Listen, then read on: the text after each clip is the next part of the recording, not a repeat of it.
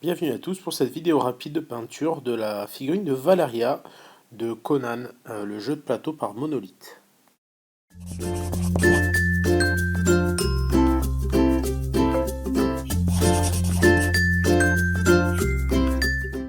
Après avoir fixé la figurine sur un petit pied en bois, d'ailleurs c'est Steve qui m'a gentiment offert ce petit pied en bois. Je te remercie encore. Donc je base les deux, toutes les armes en fait en métallique, toutes les zones de métallique. La figurine elle a été sous-couchée en Barbarian Flesh de chez Army Painter. Donc j'hésite pas. Hop, j'y vais franco comme d'habitude avec une bonne dilution mais juste suffisamment pour que le pinceau glisse et juste pas trop pour éviter que la peinture soit pas assez couvrante. Donc j'y vais gaiement avec un gris neutre sur toutes les zones de métal. Donc comme d'habitude je vais pas tout vous montrer, pas forcément tout, mais au moins vous voyez les grands axes. Donc une fois, hop, magie, une fois les bases passées sur le métal, je vais m'amuser à passer une encre qui s'appelle Fleshstone de Charmy Painter sur l'entièreté de la figurine, le visage, les habits, la totale. Ça va me permettre en fait, une fois que cette encre sera tombée dans les creux, de visualiser un peu plus facilement la pièce, de voir un peu mieux l'entièreté des détails et de commencer à poser. Ça me permet d'avoir déjà certaines ombres de poser. Donc encore une fois, la magie du montage. Hop, et là, du coup, le premier passage d'encre est sec. Et du coup, qu'est-ce qu'on fait après le premier passage? On fait le second passage.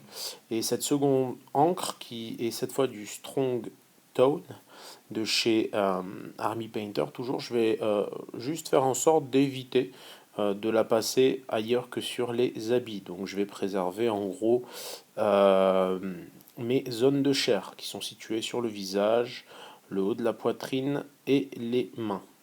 Voilà.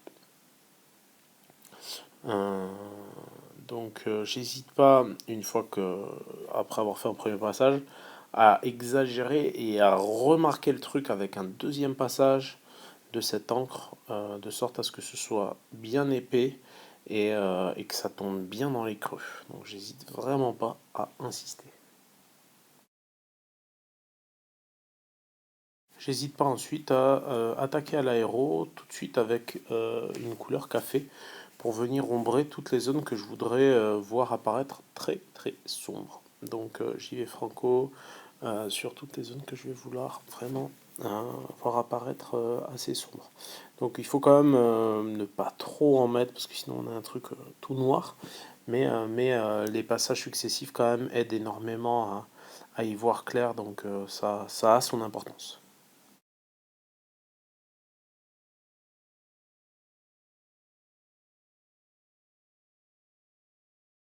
Venir toujours à l'aéro, mais avec la couleur flèche de chez Procolor, pour venir bomber et éclaircir toute la zone haute de la figurine, donc toute la zone, que ce soit le visage, le haut des seins, toute la partie haute du torse, le haut des fesses, bref, vous voyez. Donc j'essaye de pas trop insister comme d'habitude, le but avec l'aéro c'est de passer un voile, un filtre bien léger et bien efficace, mais sans insister de trop, sans quoi on repousse la peinture et ça nous fait des vilaines traces. Donc là, vous voyez, je tape sur le dessus du pagne, sur le dessus un peu des fesses, on voit la peinture se poser et j'y vais de façon très très très léger. J'hésite pas du coup quand même à bien insister. Donc là vous me voyez en fait j'ai déjà passé quelques étapes. Là j'hésite pas, je commence à insister de plus en plus sur certaines zones pour vraiment que les points d'accroche de ma figurine ressortent bien.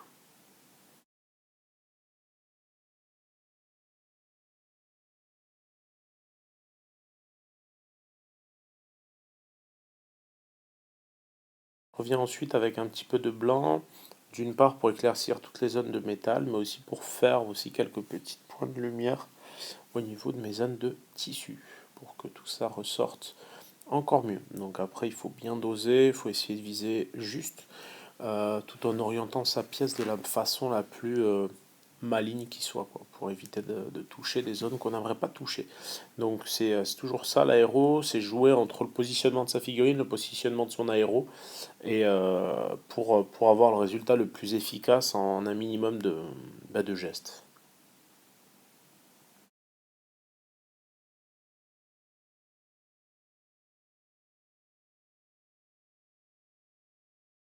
J'hésite pas ensuite à revenir avec un petit peu de noir, tout simplement pour ombrer un peu tout ce qui est partie basse, que ce soit de la lame, des chaussures, enfin des deux lames du coup, parce qu'il y en a deux, des chaussures. Euh, voilà, donc ça me permet d'ombrer un petit peu. J'insiste pas trop, parce qu'il y a pas mal de zones de la figue que je veux garder un peu claires. Donc je fais des passages très rapides sur quelques zones vraiment pour les écraser, comme là, la zone la zone au niveau de son ventre en fait. Ça me permet vraiment de détacher un petit peu les zones de la pièce. Donc là, je vous montre un petit peu à quoi ça ressemble, tout simplement, une fois ces étapes passées. Donc là, du coup, je vais revenir tout simplement avec du noir pour commencer à démarquer toutes les différentes zones de ma pièce, à commencer par le non métallique, tout simplement, parce que c'est la partie, entre guillemets, la plus facile d'accès pour moi. Et du coup, en fait, ça permet de montrer aussi un peu comment faire du non métallique assez rapidement, parce que c'est quelque chose qui paraît très obscur comme ça, mais qui en fait est beaucoup plus simple que ce qu'il y paraît. Donc là, j'hésite pas à bien dégrader mes différentes faces et à créer du contraste avec mon noir. Comme vous voyez, j'hésite pas à bien faire le tour avec mon noir pour démarquer chacune des lames et pour aussi créer du contraste au niveau des facettes de mes différentes lames.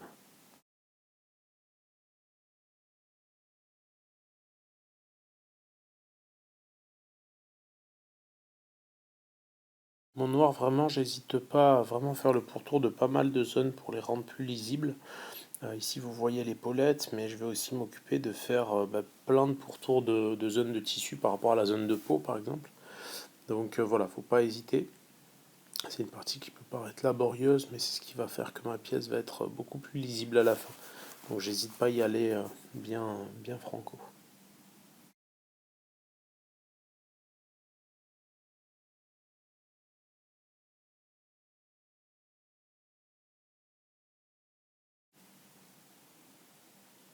Ensuite, tout simplement, je vais revenir avec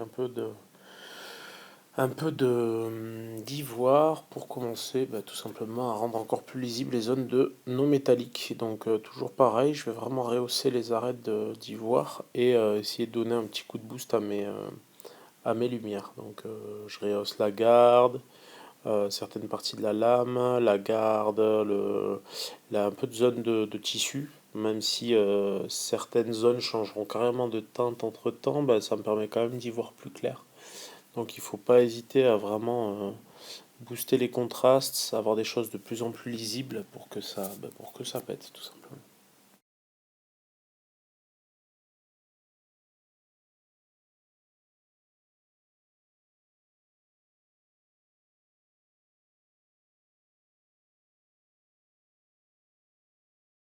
Les étapes d'éclaircie vont avoir lieu aussi sur le tissu, comme vous le voyez là.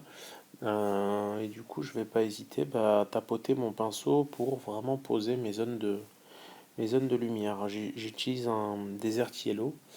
C'est un jaune, en fait c'est un beige légèrement jaune, donc vraiment une couleur très claire pour rehausser toutes mes zones de tissu pour qu'elles se démarquent bien quand même du reste de la pièce. Donc là, comme vous le voyez, j'hésite pas à passer un peu de temps sur mes zones de tissu, même si elles ont déjà pris quelques éclaircies, ça me permet d'accentuer cet effet.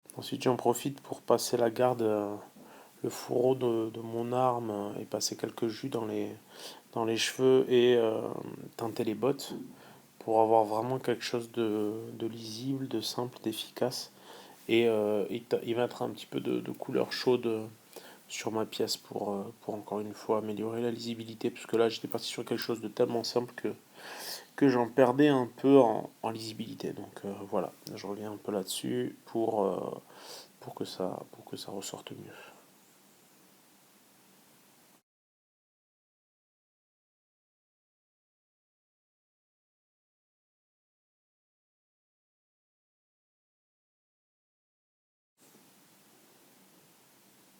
Je reviens ensuite à l'elfe flèche pour rehausser en fait toutes mes zones de lumière, que ce soit sur le nez, sur le haut des arcades, sur les lèvres inférieures et supérieures, sur le haut des seins, enfin toutes les zones qui finalement vont bien prendre la lumière et qui vont me permettre de poser un peu de lumière sur cette pièce. Donc j'hésite pas à bien booster tout ça pour que pour que ce soit bien lisible, tout simplement.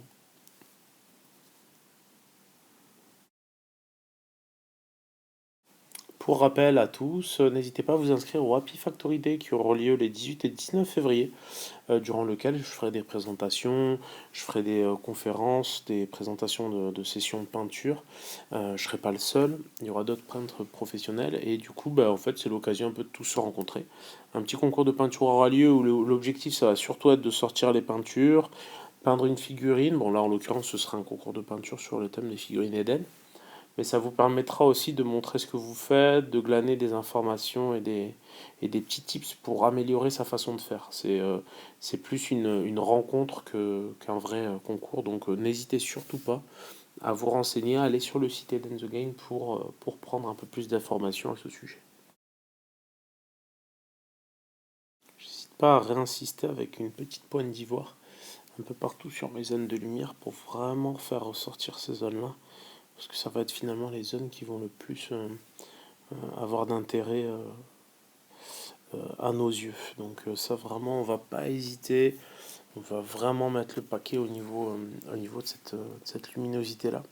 Régulièrement, vous voyez, je nettoie mon pinceau, j'en profite pour jeter un coup d'œil sur l'ensemble de la pièce, refaire le plein d'ivoire comme vous le voyez là.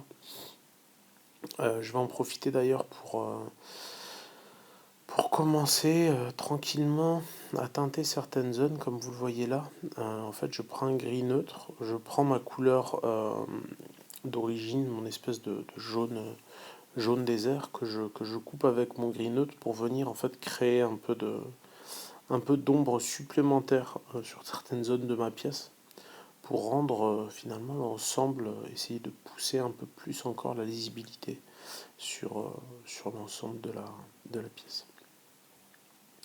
Une fois ces étapes faites, bah, je reviens tout simplement. En fait, ça va être pas mal d'aller-retour hein, sur mes zones, tantôt de lumière, tantôt d'ombre, pour créer vraiment du contraste et pour rendre la pièce la plus lisible et la plus clean possible. Donc précédemment, j'étais revenu avec un peu d'ombre et là, je reviens avec un petit peu d'ivoire pour vraiment, avec des petits points très réguliers de lumière boosté, que ce soit mon nom métallique, mon visage, enfin voilà, je ne vais pas hésiter une fois que je suis dedans à vraiment rehausser tout ce qui me paraît nécessaire pour que la pièce claque.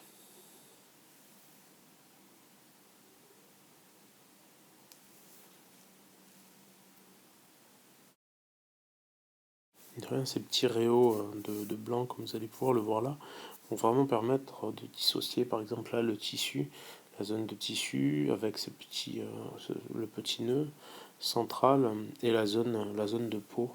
Donc c'est très important justement que ces deux, trois petites touches sur la fin d'une peinture, ça va vraiment faire la différence.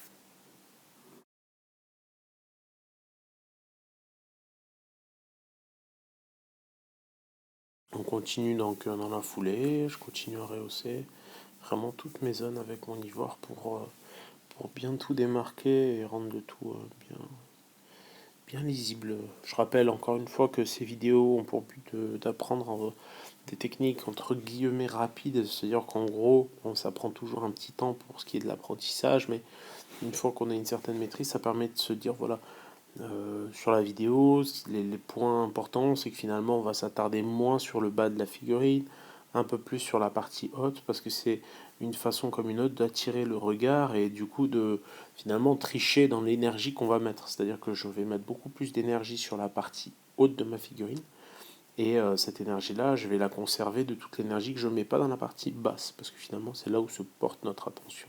Et pour moi, cet aspect-là est crucial dans la peinture de figurines. Pour jouer, évidemment, parce que bah, du coup, ça change du tout au tout. Quand il s'agit de faire un concours, vraiment là, on va essayer de pousser au maximum tout, tout, tout, tout, toute la figurine en entier. Voilà, comme d'habitude, je passe par l'étape cruciale, mais pas vraiment compliquée, du basage du socle, qui va vite. Comme vous le voyez, même quand je suis en rade, je vais chercher dans le fond des pots, et puis rouler jeunesse.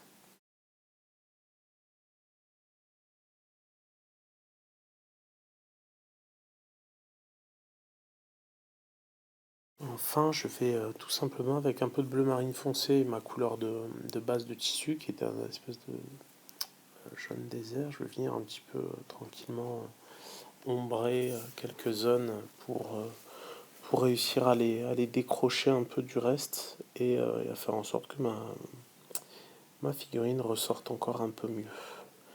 Donc, vous pouvez le voir, c'est pas des étapes qui sont forcément compliquées, mais ça permet de mettre un petit peu de nuance sur certaines zones dont les transitions sont un peu brutales. J'espère que ce tutoriel vous aura bien plu. N'hésitez surtout pas, si vous avez des questions, à les mettre en commentaire. J'essaie d'y répondre aussi vite que possible. N'hésitez pas à en parler à vos amis, à le partager sur autant de forums que vous pouvez. Parce que du coup, plus il y aura de monde qui me suivra, et plus ça fera plaisir. Et plus ça me fera plaisir, plus je ferai de vidéos, je pense. Ça va aller tout simplement dans ce sens-là.